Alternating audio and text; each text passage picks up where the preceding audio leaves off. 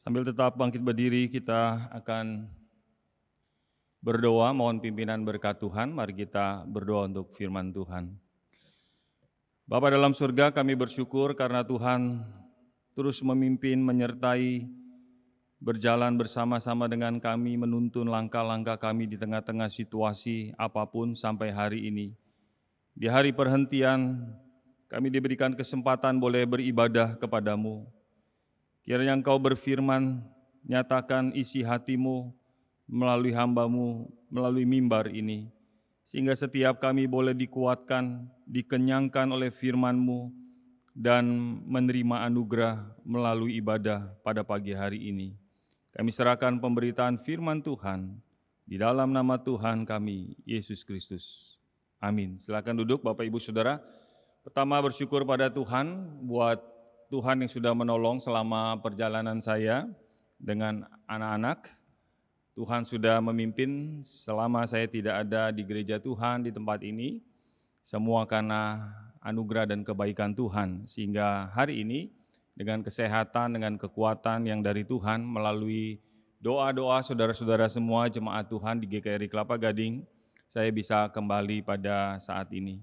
Hari ini kita akan merenungkan satu tema, hidup umat Kristen di dunia. Saudara yang kasih Tuhan, kita akan melihat konsentrasi di Matius pasal 5 ayat 13 sampai 16.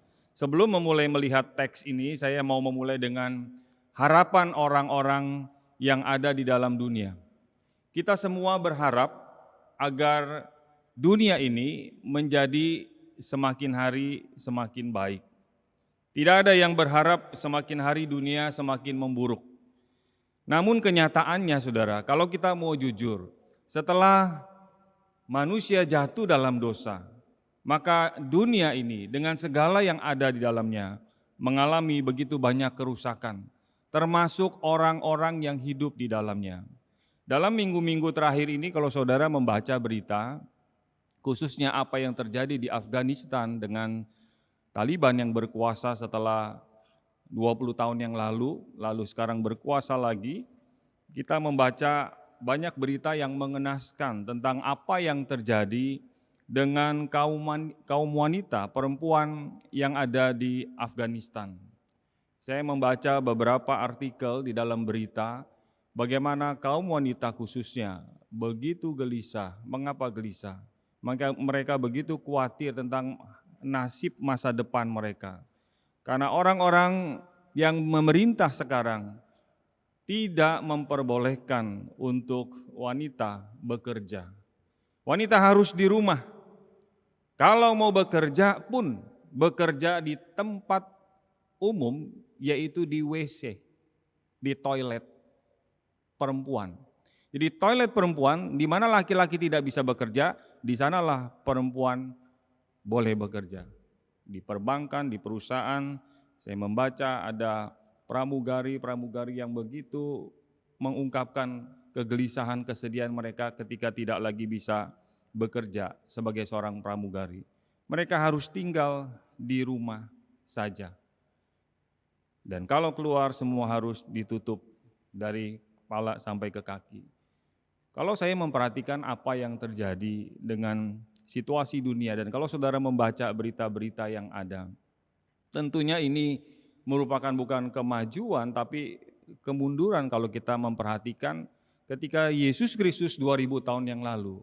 Yesus Kristus hadir justru mengangkat harkat dan peran wanita ke tempat yang selayaknya. Ada peran yang berbeda, tetapi di hadapan Tuhan tetap laki-laki dan perempuan adalah sama, hanya perannya yang berbeda. Jadi ketika kita membaca situasi-situasi seperti ini, kita turut prihatin, berdoa buat situasi yang ada, dan kita bersyukur untuk situasi bangsa dan negara kita. Itu sebabnya kita berdoa syafaat untuk situasi bangsa negara kita di Indonesia. Saudara yang kasih Tuhan, itulah gambaran sedikit, membuka pikiran kita. Ketika kita melihat dunia, baru secuplik saja kisah yang terjadi di satu negara, baru satu tempat.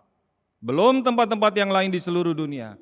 Kalau saudara mau memperhatikan bagian demi bagian apa yang terjadi dengan dunia, tampaknya harapan dunia akan menjadi baik, tidak sesuai dengan kenyataan. Lalu ketika saya merenungkan tema ini, hidup saudara dan saya sebagai orang Kristen, orang percaya kepada Kristus di dalam dunia, apa peran yang Tuhan berikan? Apa tanggung jawab, apa panggilan yang Tuhan berikan kepada saudara dan saya? Kalau kita memperhatikan teks daripada Matius pasal 5 ayat 13 sampai dengan yang ke-16, jelas Lembaga Alkitab pun dengan gamblang menuliskan garam dunia dan terang dunia. Judulnya garam dunia dan terang dunia. Jelas Tuhan dalam hal ini tidak sedang memberikan janji seperti yang kita dengar di dalam khotbah-khotbah yang lalu, tetapi Tuhan memberikan sebuah pernyataan, sebuah statement pernyataan bahwa kamu, saudara dan saya, bukan kepada semua orang, tapi kepada orang-orang yang percaya, orang-orang Kristen, pengikut Kristus. Kristen artinya pengikut Kristus. Jelas sekali, orang-orang yang mengikut Kristus itulah orang Kristen. Dalam hal ini adalah Kristen yang bukan KTP, tetapi Kristen sejati. Kristen sejati. Kamu adalah garam dunia dan kamu adalah terang dunia. Ini sebuah panggilan, sebuah tanggung jawab. Kamu, saudara dan saya, kita adalah garam dunia dan terang dunia. Jadi kalau kita menjadi orang Kristen, saya tidak mau jadi garam, saya tidak mau jadi terang. Saya tidak mau jadi garam, saya tidak mau jadi terang. Berarti saudara dan saya bukan orang Kristen. Tidak ada alternatif lain kecuali memenuhi sebuah pernyataan tanggung jawab yang berupa tanggung jawab dan panggilan Tuhan bagi kita. Inilah yang membuat kekristenan berbeda. Seorang ahli Perjanjian Baru mengatakan, selama saudara dan saya hidup dalam dunia ini, tanggung jawab dan panggilan Tuhan Yesus selalu relevan. Artinya apa? Tidak pernah ketinggalan zaman. Dulu Tuhan katakan kamu adalah garam dan terang dunia. Hari ini, besok, sampai satu hari saudara dan saya tidak lagi ada dalam dunia ini, tetap kalau Kristus belum datang ke dalam dunia yang kedua kali, maka orang Kristen di seluruh dunia dimanapun adalah garam dunia dan terang dunia. Kita bersyukur. Sekali lagi, mengapa? Karena Tuhan memberikan satu panggilan, bukan kepada malaikat, bukan kepada roh-roh yang lain, tapi kepada saudara dan saya. Bukan kepada semua manusia. Kita tidak bisa berkata kepada orang yang bukan orang percaya, kamu adalah garam dunia, kamu adalah terang dunia. Mereka katakan jadi garam apa, jadi terang apa? Tapi ketika saudara menyatakan saya orang Kristen, saya pengikut Kristus, maka saudara dan saya adalah garam dan terang dunia. Saudara, mari kita renungkan panggilan kita. Mari kita renungkan tanggung jawab kita. Kalau saudara sudah menjadi orang Kristen, apakah tanggung jawab yang Tuhan berikan, panggilan yang Tuhan berikan? Seringkali orang berpikir itu panggilan seorang pendeta, panggilan seorang penginjil, panggilan seorang pelayan Tuhan. Saya bukan pendeta, bukan penginjil, bukan pelayan Tuhan, bukan aktivis, saya cuma jemaat. Apakah jemaat juga harus menjadi garam dan menjadi terang? Hari ini saya mau tegaskan, ya. Saudara kalau menyatakan, saya orang percaya Kristus, maka saudara tidak bisa tidak. Harus memenuhi statement, pernyataan, bukan janji seperti ucapan bahagia khotbah di bukit yang kita sudah dengar berminggu-minggu lamanya. Tapi hari ini merupakan tanggung jawab saudara, merupakan tanggung jawab saya, merupakan panggilan saudara, panggilan saya untuk memenuhi panggilan dan tanggung jawab Tuhan. Mari kita renungkan bagian yang awal. Tuhan, aku menerima tanggung jawab ini. Kalau saudara berkata, Tuhan aku terima tanggung jawab ini, aku penuhi panggilan-Mu untuk menjadi garam dan menjadi terang, maka mulailah kita melihat hidup saudara dan saya pasti akan mempengaruhi sekeliling. Dunia yang semakin membusuk, saudara akan ada di sana. Dunia yang semakin hari bukan semakin baik, tapi semakin tidak baik sampai kedatangan Kristus kedua kali, maka disitulah peran saudara yang pertama, menjadi garam dunia. Perhatikan ayat yang ke-13. Kamu adalah garam dunia. Jika garam itu menjadi tawar, dengan apakah ia diasinkan? Tidak ada lagi gunanya, selain dibuang dan diinjak orang. Tadi saya sudah jelaskan, perhatikan kata kamu. Kamu di sini bukan kepada semua orang.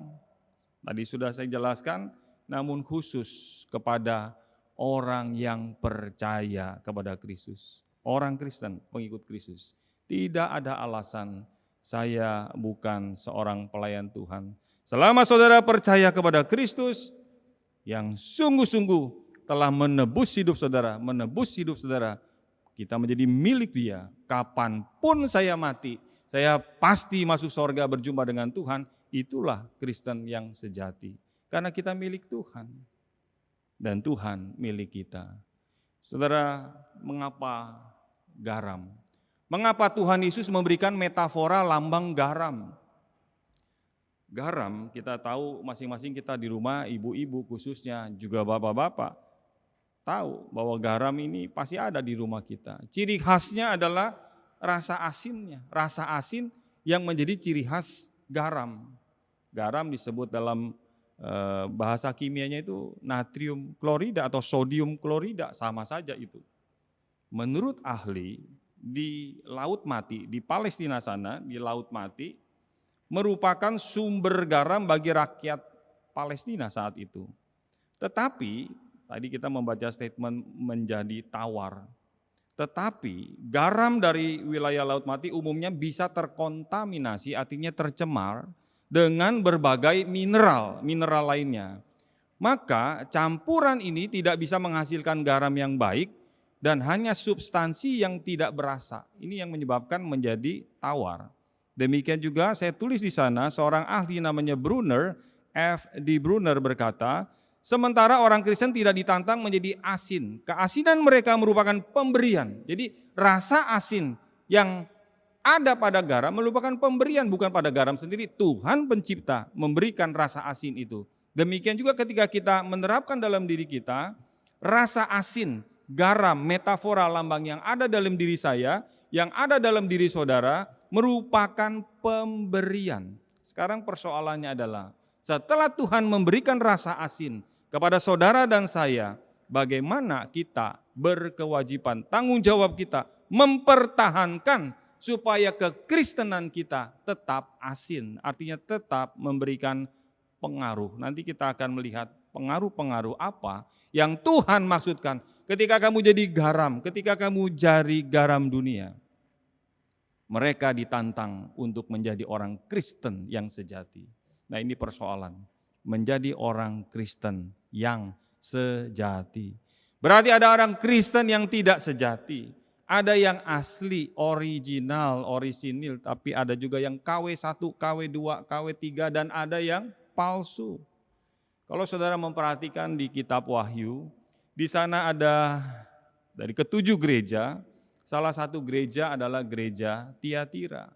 Gereja Tiatira telah kehilangan rasa asinnya. Mereka kompromi dengan dunia di sekitar. Wahyu pasal 2 ayat 20 di gereja Tiatira dikatakan di sana, ada wanita Isabel. Wanita Isabel ini sebuah gambaran ajaran dan pengaruh dunia yang telah menggoda orang Kristen agar mengadopsi gaya hidup dunia dan tetap bisa diterima sebagai orang Kristen. Maka orang-orang Kristen di Tiatira menjadi Kristen di sana. Ketika kita ingat Tiatira, maka kita ingat ada seorang Lydia yang ketika mendengar Injil, Lydia hatinya dibukakan. Ketika Paulus memberitakan Injil, seorang penjual kain ungu dari Tiatira, itulah Lydia. Tapi para penafsir berkata, ketika Yohanes menuliskan suratnya kepada jemaat di Tiatira, Lydia sudah pindah ke Filipi. Mengapa begitu? Kemungkinan besar Lydia, seorang yang mau hidup murni, dengan iman, dengan rasa asin, menjadi garam sekelilingnya. Dia lihat begitu banyak orang-orang Kristen yang ada di gereja di kota Tiatira sudah kehilangan rasa asinnya. Maka ketika Lydia bergumul. Ini tafsiran saya. Maka Lydia akhirnya pindah ke Filipi, tidak lagi ada di sana. Itu sebab Tuhan menegur orang-orang di Tiatira. Mereka jadi Kristen, tapi Kristen yang sudah tidak asin lagi. Supaya saya boleh diterima, maka saya kompromi. Jadi aman, tetap jadi orang Kristen, tapi tetap menyembah berhala. Tetap jadi orang Kristen, tapi tetap ikut ajaran daripada wanita Isabel. Wanita Isabel ini gambaran daripada wanita yang tidak baik di dalam perjanjian lama, istri daripada Ahab, Raja Ahab, yang mempengaruhi suaminya untuk menyembah berhala-berhala, untuk ikut cara hidup orang yang tidak mengenal Tuhan.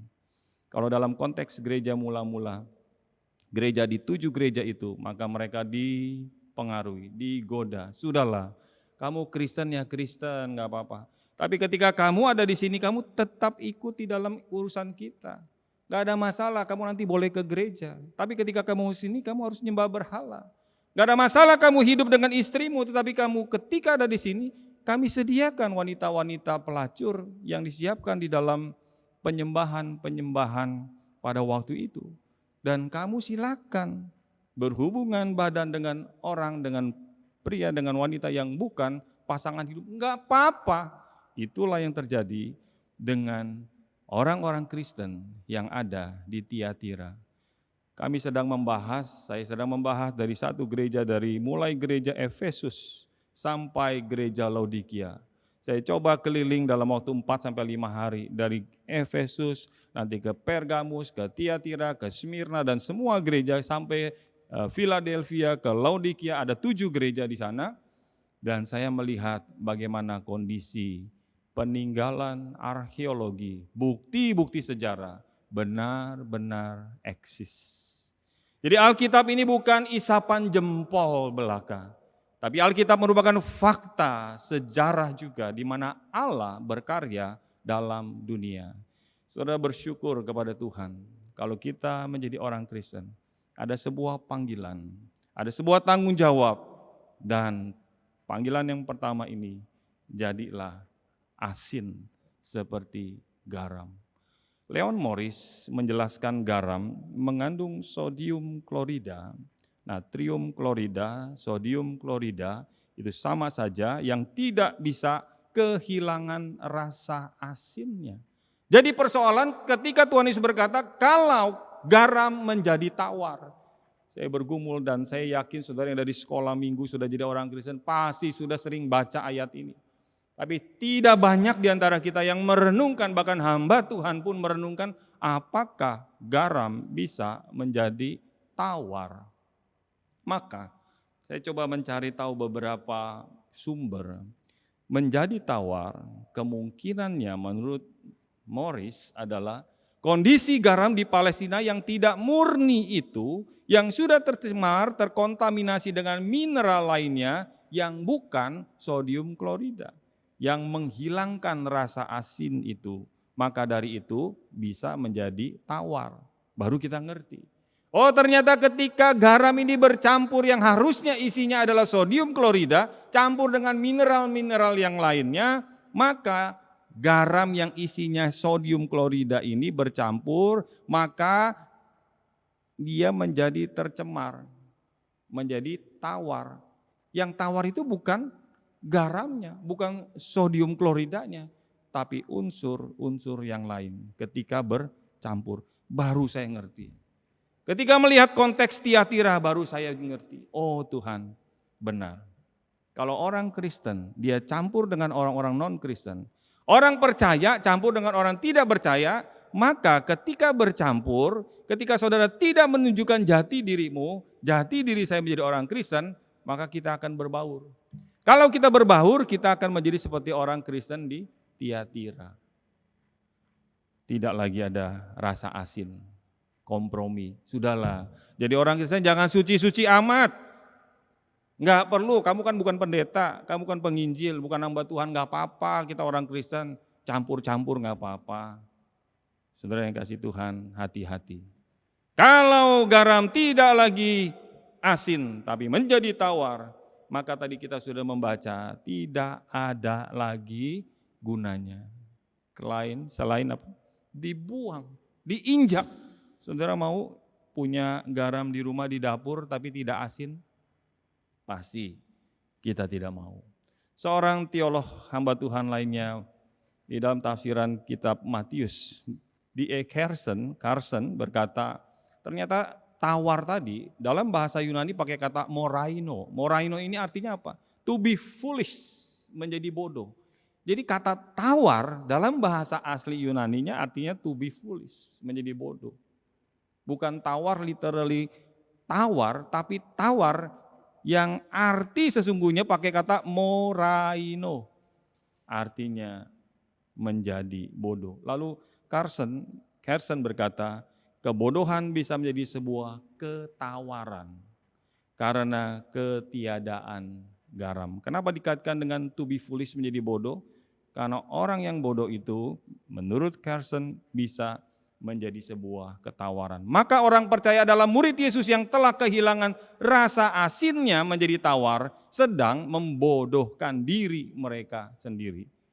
Jadi kalau saudara dan saya jadi orang Kristen, tapi sudah tidak ada rasa asinnya lagi, orang berkata kamu orang Kristen, saya orang non-Kristen, kamu percaya Yesus, saya tidak percaya Yesus, kok kamu sama saya nggak ada bedanya, sama aja. Yang sekolah nyontek, saya juga nyontek. Yang kerja kita korupsi, kamu korupsi, saya juga korupsi. Kamu main perempuan, saya juga main perempuan. Semua tidak ada bedanya. Maka hal itu dikatakan tadi telah kehilangan rasa asinnya. Jadi saudara perhatikan hidup saudara, perhatikan hidup saya. Kalau hidup saudara, hidup saya sama saja dengan orang yang tidak ada garam, tidak ada Kristus, maka nggak ada gunanya. Selain kita dibuang dan diinjak orang. Dua fungsi utama garam. Pertama, mencegah pembusukan. Ini fungsi garam kalau saudara search begitu banyak. Tapi saya mau sampaikan dua hal saja. Yang pertama, mencegah pembusukan, kedua memberi cita rasa.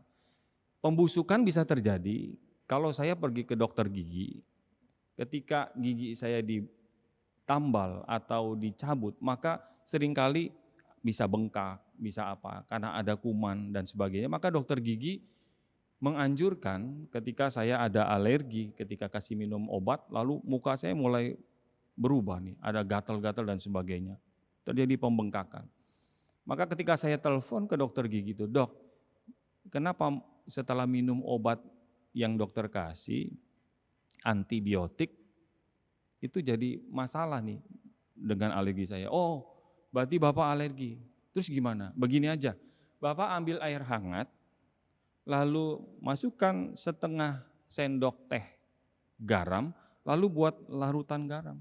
Ketika buat larutan agak anget, lalu Bapak kumur-kumur. Saya bilang buat apa itu larutan? Larutan air garam itu berfungsi sebagai antiseptik. Saudara tahu antiseptik? Antiseptik ini membunuh kuman-kuman bakteri yang ada di dalam mulut. Kuman-kuman di dalam rongga mulut kita. Itu sebagai antiseptik. Maka saya ikutin dan ternyata betul.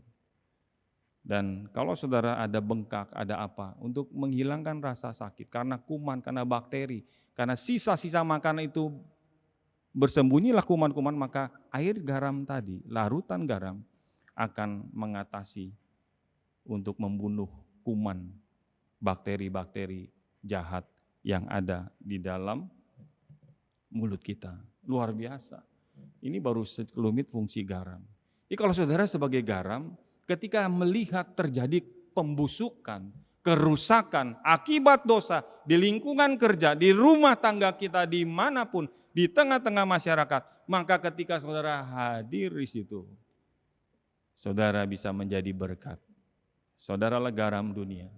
Saya adalah garam dunia, maka jangan sampai tidak lagi asin. Jangan sampai menjadi tawar. Kita harus tetap menjadi asin, harus selalu menjadi berkat, mencegah, mengatasi pembusukan, membunuh kuman-kuman yang tidak beres, yang tidak baik itu di dalam mulut kita. Kedua, akan memberikan cita rasa. Jadi ketika saudara dengan garam, apapun, heran ya, garam sendiri kalau sendirian nggak ada. Mana ada orang, kamu sukanya makan apa? Saya sukanya makan garam. Ada. Ini orang kurang seon, kurang lurus, kurang lempeng. Tapi di rumah saya ada garam. Saya bukan makan garamnya, tapi garam itu harus dicampur dengan adonan yang lain, dengan makanan yang lain. Maka ketika ada garam, baru makanan itu ada rasanya. Jadi saya pikir-pikir menarik. Kalau garam sendirian, ada yang makan garam? Enggak ada. Pasti ada temennya, minimal ada buah-buahan buat cocol ke garam. Dan lebih dari itu, garam ketika dicampur dengan tepung, dengan gula, dengan cuka, dengan rempah-rempah yang lain, taruh garam sedikit, maka dia akan memberikan cita rasa, membawa sukacita.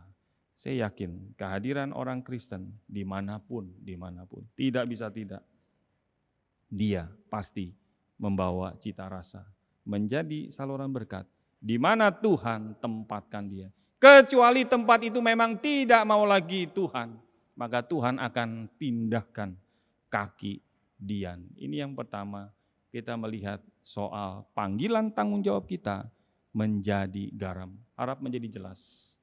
Jadi sekali lagi jangan diantara saudara dan saya menjadi garam yang tawar. Garam yang tawar menunjukkan memang dia bukan orang Kristen. Kalau dia orang Kristen yang sejati, dia hanya KTP-nya Kristen. Dia mungkin hanya seorang Kristen karena keturunan. Di Turki modern sekarang, tempat begitu banyak ditulis di dalam pelayanan Paulus, Petrus, khususnya juga Yohanes yang mati bersama Maria di Efesus, di salah satu kota yang ada di negara Turki, kekristenan hanya tinggal 0,4%, sekitar 0,4%. 300 sampai 400 ribu. Saudara yang kasih Tuhan, di tengah-tengah dunia ini, kita ditantang, kita diperhadapkan dengan begitu banyak pergumulan, pembusukan yang terjadi. Apakah saudara dan saya tetap boleh menjadi asin dan harus tetap menjadi asin, mempengaruhi, mencegah pembusukan, mematikan bakteri kuman tadi seperti larutan air garam, dan selalu memberikan cita rasa. Inilah panggilan saudara, inilah panggilan saya. Inilah tanggung jawab saudara dan tanggung jawab saya untuk tetap menjadi asin, untuk memberikan pengaruh di tengah-tengah lingkungan tempat kita berada. Yang kedua, bagaimana kita bukan hanya menjadi panggilan menjadi garam, sekarang menjadi terang. Dalam ayat 14 dikatakan, kamu adalah terang dunia, kota yang terletak di atas gunung tidak mungkin tersembunyi. Ketika saudara pergi ke Italia, itu ada 5 kota yang ada di atas bukit, namanya Cinque Terre. Cinque Terre ini ada 5 kota, ada di bukit semua, di bawahnya laut, pemandangan sangat indah sekali. Cinque Terre. Maka ketika ada kota dengan dicat warna-warni bangunan di Italia sana, maka pemandangan ini begitu indah. Ketika masuk musim panas, ribuan jutaan turis datang ke sana untuk menikmati dari satu kota ke kota yang lain, sampai ke 5 kota yang ada di Italia untuk menikmati pemandangan di sana. Nah, kota ini ketika ada di atas bukit, terkait dengan ayat 14, maka enggak mungkin tersembunyi, akan terlihat dia di atas bukit. Kota yang terletak di atas bukit, di atas gunung tidak mungkin tersembunyi. Gunung bicara tentang dataran yang tinggi, maka ketika melihat dataran tinggi pegunungan ini enggak mungkin. Ini belum berbentuk gunung tapi berbukit-bukit begitu saja, orang sudah dari jauh kelihatan ketika kereta sampai bisa melihat kota ini. Sangat indah sekali. Maka ketika kita melihat penekanan di dalam bagian ini saudara, sekali lagi kamu bukan untuk semua orang. Kamu adalah tadi garam dunia, sekarang terang dunia, menunjuk kepada saudara dan saya bukan hanya sudah terima rasa asin yang mempengaruhi orang lain, tetapi sekarang Tuhan Yesus katakan, kamu adalah terang. Maka ketika kita membaca Yohanes 8 ayat 12, kita bisa baca bersama-sama. Maka Yesus berkata kepada orang banyak katanya, akulah terang dunia.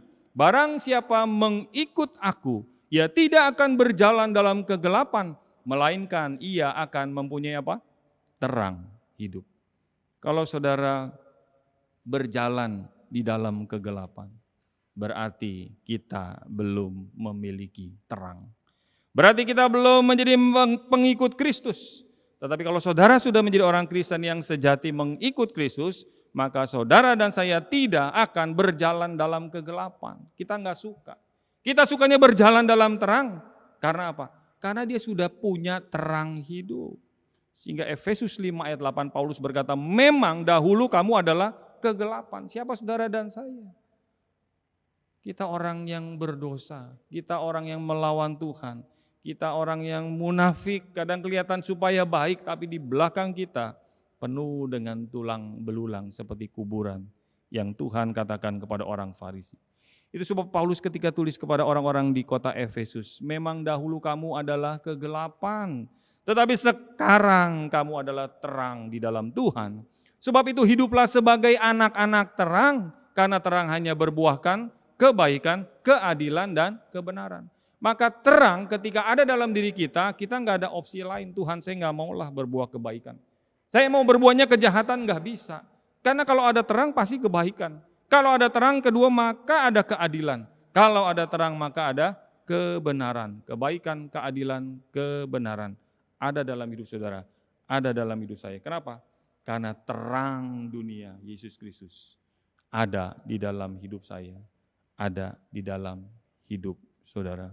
Dengan begitu saudara, kita menjadi orang Kristen, kita mengaku percaya kepada Kristus, kita menjadi pelayan Tuhan, aktivis, melayani ini, melayani itu. Kalau masih hidup di dalam kegelapan, Pak boleh enggak separuh gelap, separuh terang? Ada enggak saudara, orang Kristen? Tadi balik lagi seperti orang Tiatira. Pak, saya enggak bisa benar-benar terang, Pak. Saya bisanya separuh gelap, separuh terang. Jadi ada gelap, ada terang. Nah itulah saya. Enggak ada opsi seperti itu masalahnya. Ketika saudara dan saya percaya Yesus Kristus, yang ada adalah terang. Maka terang itu masuk, maka buahnya adalah tadi keadilan, kebaikan, dan kebenaran. Mari kita perhatikan dunia sekitar kita. Ketika saudara keluar dari rumah, orang lihat kita, ini orang Kristen. Ketika saudara jadi pelajar, jadi mahasiswa, orang lihat kita, itu dia rajin ke gereja. Dia melayani multimedia, dia melayani sebagai pemusik, dia melayani sebagai liturgos, dia melayani sebagai usher, mengedarkan uang kolektor. Saya tahu dia tiap hari Minggu ke gereja. Maka diam-diam, orang-orang tidak percaya. Lihatin hidup saudara, melihatin hidup saya, bagaimana nih cara dia hidup. Kenapa sih Pak orang perhatiin saya? Ya karena kamu terang. Di belakang mimbar sekarang terang. Saudara pasti kelihatan terangnya itu. Coba gelap-gelap, nggak ada yang lihat dia. Sekarang mimbar kita belakangnya terang. Terang itu pasti membuat orang-orang di sekitarnya tertarik. Mengapa kalau saudara naik pesawat lalu mau turun dari pesawat, terus saudara lihat atas, wah ini kota bagus sekali. Ketika sudah gelap, apa yang saudara lihat? Mungkin nggak gelap tuh saudara bilang, ih kota ini bagus sekali. Apa yang bagusnya gelap gulita seperti itu, mati lampu seluruh kota. Tapi karena ada terang menjadi bagus. Waktu pagi-pagi udah mulai siang kita lihat, kok nggak sebagus yang kemarin saya lihat ketika mau landing. Kenapa? Karena terang itu akan menarik perhatian, fokus kita, mata kita. Maka saudara kalau terang jangan tersinggung. Kalau orang perhatikan, hei kamu kan orang Kristen, kok begitu? Jangan tersinggung. Dikit-dikit Kristen, dikit-dikit. Saya memang kenapa? Ya bersyukur kalau orang perhatikan saudara, perhatikan saya. Itulah konsekuensi menjadi terang. Kalau saudara menjadi gelap, ya orang gak usah lihat lagi, gelap. Kamu gelap, saya gelap, sama-sama gelap. Buat apa diperhatikan lagi? Karena kamu terang, saya perhatikan kamu. Ya, sekali lagi hati-hati, ini sangat sederhana sekali. Ketika saya renungkan ini benar. Sehingga Paulus katakan memang dahulu kamu adalah kegelapan, tetapi sekarang kamu adalah terang. Nah, kalau kamu terang, hiduplah sebagai anak-anak terang. Karena terang hanya berbuahkan tadi, kebaikan, keadilan, kebenaran. Enggak ada buah yang lain. Saya mulai mengerti, kalau orang memperhatikan, enggak benar kamu. Ditegur oleh orang, puji Tuhan karena saya terang, kelihatan. Kalau saya gelap, enggak perlu ada orang tegur, sama-sama gelap. Ini poin panggilan kita, menjadi terang dunia. Yang terakhir, perhatikan apa yang dikatakan di ayat 15 dan ayat 16. Bagaimana keberadaan kita? Apa tujuan kita menjadi terang? Lagi pula ayat 15-16. Orang tidak menyalakan pelita lalu meletakkannya di bawah gantang. Gantang itu apa? Coba silakan, ada gambar gantang di sana. Melainkan di atas kaki dian. Itu gantang. Gantang itu satu alat ukur untuk mengukur takaran beras atau kacang-kacangan. Satu gantang itu menurut catatan Alkitab ada sekitar 3,125 kilo. Jadi beras ditimbang ya pakai masungan itu 3,1 gantang. Ya kalau gantang itu gunanya tadi untuk menakar beras atau kacang-kacangan, sekarang dipakai untuk tutup terang lilin, ini orang nggak benar. Ini gantang bukan untuk itu. Terang juga nggak boleh taruh di situ, masa taruh ditutup sama gantang. Gantang bukan untuk itu. Kalau mau taruh terang, mau taruh lilin, mau taruh cahaya harus di atas kaki dian. Sehingga menerangi semua orang di dalam rumah itu. Demikianlah hendaknya terangmu bercahaya di depan orang, supaya mereka melihat perbuatanmu yang baik dan memuliakan Bapakmu yang di sorga. Waktu saya merenungkan bagian ini, ternyata kalau saudara dan saya menjadi orang Kristen, memiliki garam, memiliki terang, maka terang tadi akan bercahaya seperti tadi cahaya taruh di atas kaki dian. Maka orang akan melihat dari apa? Dari jaket, jubah, jas saudara, dari dasi kita warna merah atau warna apa? Bukan.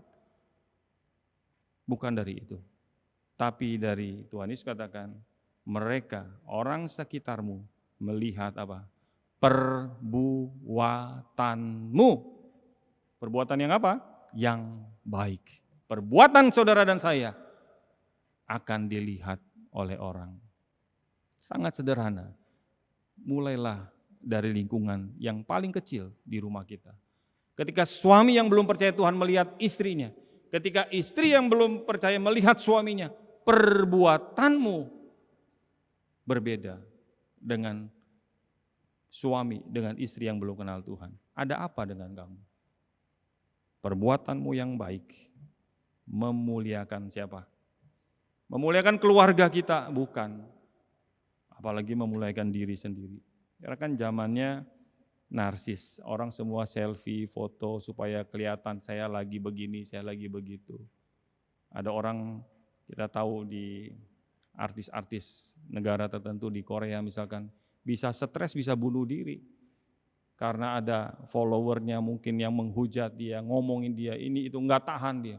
Karena dia sering posting ini, posting itu, lalu kehidupan dia menjadi sorotan, lalu di komen yang tidak baik, lalu dia stres.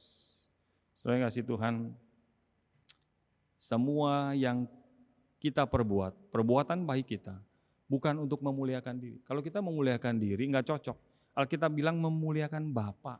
Matius menggunakan kata Bapa, menunjuk juga Injil-Injil yang lain kepada siapa? Kepada Allah. Maka saudara dan saya bisa menyebut Allah, Bapa kami yang di sorga. Allah kami kita sebut Bapa. Maka ketika semua perbuatan-perbuatan baik kita, karena ada garam, karena ada terang, tujuannya kita kembalikan buat kemuliaan Bapa di surga. Jadi kita tidak perlu bikin pameran kebaikan. Nanti saudara datang bulan depan, saya mau kasih tahu ada pameran. Pameran apa Pak? Pameran perbuatan baik saya. Karya-karya saya, perbuatan baik saya, sumbangsi saya, semua donasi saya, semua uang-uang yang saya berikan, saya mau pamerkan berapa banyak, berapa ratus orang, berapa ribu orang yang sudah mengecap kebaikan saya. Itu bukan untuk kemuliaan Bapa, tapi kemuliaan diri. Itu sebab kita bilang kalau tangan kananmu memberi, tangan kiri nggak usah tahu. Kalau tangan kiri kasih, tangan kanan nggak usah tahu. Artinya apa? Artinya biarlah Bapakmu Allah di surga. Bahkan ketika kita berdoa, saya sudah doakan orang itu. Kita tidak perlu bilang, kamu tahu nggak? Kamu tuh bisa jadi begitu karena saya doain kamu, tahu nggak? Kalau enggak saya doain kamu nggak bisa jadi apa-apa. Tiap hari saya doain kamu. Ingat ya jasa saya. Kalau kamu bisa sukses, itu karena saya doain kamu. Wah, kelihatannya rohani doain. Tapi di balik itu ada apa? Kemuliaan. Bukan untuk Bapa, tapi untuk saya. Waktu saya renungkan ini, Tuhan terima kasih. Di Alkitab di bagian terakhir saya mau kasih contoh dalam Kisah Rasul pasal 14 ayat 11 sampai 15. Ketika Barnabas dan Paulus ada di Listra, kota Listra, sekarang ada di Anatolia, Turki modern, di Listra, itu ada orang sakit lumpuh. Ketika orang sakit lumpuh itu disembuhkan, maka orang-orang di kota Listra itu, mereka melihat ini dewa Zeus turun, dewa Hermes turun. Karena mereka percaya kepada kebudayaan Yunani pada waktu itu yang percaya kepada dewa-dewi. Ini Zeus turun, Hermes turun, dewa Zeus turun turun kepada Barnabas. Maka dewa Hermes yang ngomong ini suka ngomong orasinya bagus, bicaranya bagus, Paulus. Maka mereka bawa karangan bunga, potong lembu, ayo kita pesta, kita sambut ini dewa Zeus dan dewa Zeus dan dewa Hermes. Paulus juga Barnabas yang datang ke kota Listra. Ini luar biasa, mana bisa orang bisa menyembuhkan orang yang lumpuh yang sudah lama tiap hari minta-minta seperti ini. Dan ketika Paulus melihat itu, apa yang dikatakan di dalam Kisah Rasul 14? Mereka mengoyakkan pakaian mereka dan berkata, hai kamu sekalian, mengapa kamu berbuat demikian? Kalau saudara dapat puji-pujian kira-kira gimana? Puji Tuhan, haleluya, kemuliaan bagi saya. Memang sayalah yang melakukan mujizat. Itu orang lumpuh bisa sembuh gara-gara saya dikasih karunia khusus. Kalau enggak bisa itu orang. Makanya kalau ada apa-apa, nih nomor handphone saya, WA saya, bisa dihubungi private 24 jam. Kalau ada apa-apa hubungi saya. Tapi Paulus enggak bilang begitu. Barnabas enggak bilang begitu, dia koyakan pakaian, tanda kedukaan, dia koyakan, dia kumpul terjun ke tengah kerumunan. Lalu dia berteriak, berseru, hai kamu sekalian, mengapa kamu berbuat demikian? Kami ini manusia biasa. Mestinya kan Paulus bilang, aku ini manusia super, memang aku hebat. Aku punya akses khusus ke sorga, aku bisa turun naik ke sorga. Kalau kamu mah enggak bisa, cuma saya yang bisa. Ini hamba Tuhan spesial. Paulus enggak bilang begitu. Sapu tangan Paulus bisa menyembuhkan orang sakit. Kalau sapu tangan saudara dan saya bisa bikin orang pingsan. Bukan bisa menyembuhkan karena mungkin sudah berbau. Saudara, Paulus bilang, aku manusia biasa. Sama seperti kamu, coba sama seperti kamu. Sama seperti orang-orang masyarakat di Listra. Artinya enggak bisa apa-apa. Kami ada di sini untuk memberitakan kabar sukacita. Yesus Kristus, kabar Injil kepada kamu. Supaya kamu tinggalkan perbuatan sia-sia ini. Kamu mempersembahkan karangan bunga, kasih potong lembu-lembu untuk kami. Anggap kami dewa, enggak. Ada orang-orang tertentu di gereja dianggap manusia setengah dewa. Kalau dia ngomong A, ikut A, B, B. Ini manusia setengah dewa. Kalau dia ngomong pasti betul. Paulus bukan dianggap setengah dewa, ini udah 100% dewa oleh orang di Listra. Tapi dia bilang kami manusia biasa. Jangan kayak begini. Balik kepada Allah yang hidup, yang telah menjadikan langit bumi, laut dengan segala isinya. Kiranya Tuhan menolong kita. Ketika semua perbuatan baik kita sudah mempengaruhi orang lain, dapatkah kita berkata, aku manusia biasa. Aku tidak layak. I am not worthy. Aku tidak layak menerima doa worthy. Tuhanlah yang layak. Dialah yang layak. Tuhan, Engkaulah yang layak. Maka mari kita renungkan bagian ini. Panggilan, tanggung jawab kita, jadilah garam, jadilah terang. Tantangan menjadi orang Kristen adalah tetap menjadi asin, tetap bersinar bercahaya. Karena asin itu, rasa asin dan cahaya itu bukan dari saudara, bukan dari saya, tapi dari Tuhan yang tinggal. Sekarang tugas tanggung jawab kita, mari kita tetap menjaga, mendisiplinkan hidup kita, supaya terang itu tetap bersinar. Orang lihat, ini orang Kristen, ini orang percaya. Kalau dia tidak setuju dengan iman kita pun, dia tidak setuju, kita percaya Yesus, dia tetap tidak bisa menyangkal bahwa kita orang Kristen dengan segala perbuatan kehidupan kita. Dan yang terakhir, setiap kali kita melihat orang melihat perbuatan baik kita boleh diingatkan, bukan untuk saya. Kamu hebat enggak? Ini kecenderungan kita kan maunya ambil buat saya, dan saya. Tapi untuk Tuhan. Saudara kasih Tuhan, mari kita mulai dengan diri kita. Mulailah dengan pasangan kita, suami, istri, anak-anak. Apakah relasi dalam keluarga kita, sebelum kita ke tetangga kita ketika ketemu kita, kamu orang Kristen, gimana kabar? Dia akan melihat. Termasuk dengan orang-orang di pasar, kalau lihat kita, aduh, enci ini lagi. Ibu ini lagi. Aduh, bapak ini lagi. Kenapa emang? Itu kalau beli di saya tuh Pak, 5 rupiah pun 10 rupiah, kalau 100 rupiah ditawar Pak. Aduh, kalau tukang parkir ketemu saudara kira-kira gimana? Kita kadang-kadang, saya sering kali lihat, berapa waktu yang lalu juga melihat, itu menyedihkan, harap dia bukan orang Kristen. Sampai tukang parkirnya harus marah-marah, teriak-teriak. Kalau lihat mobil itu, lihat orang itu, dia udah tahu, ini pasti bayarnya kurang. Sedih kalau dia orang Kristen. Hari ini kita bertobat. Orang perhatikan kehidupan saudara, orang perhatikan kehidupan saya. Jaga tetap rasa asin dan cahaya. Amin. Mari kita bangkit berdiri, kita merenungkan firman Tuhan hari ini. Bapa dalam surga, terima kasih. Tuhan Yesus sudah menyampaikan ucapan bahagia, janji-janji. Tapi hari ini Tuhan berikan kepada kami satu pernyataan, bahkan satu perintah supaya kami menjadi garam dan menjadi terang dunia. Dunia semakin membusuk, dunia semakin gelap, kami ada di sana. Orang lihat kami.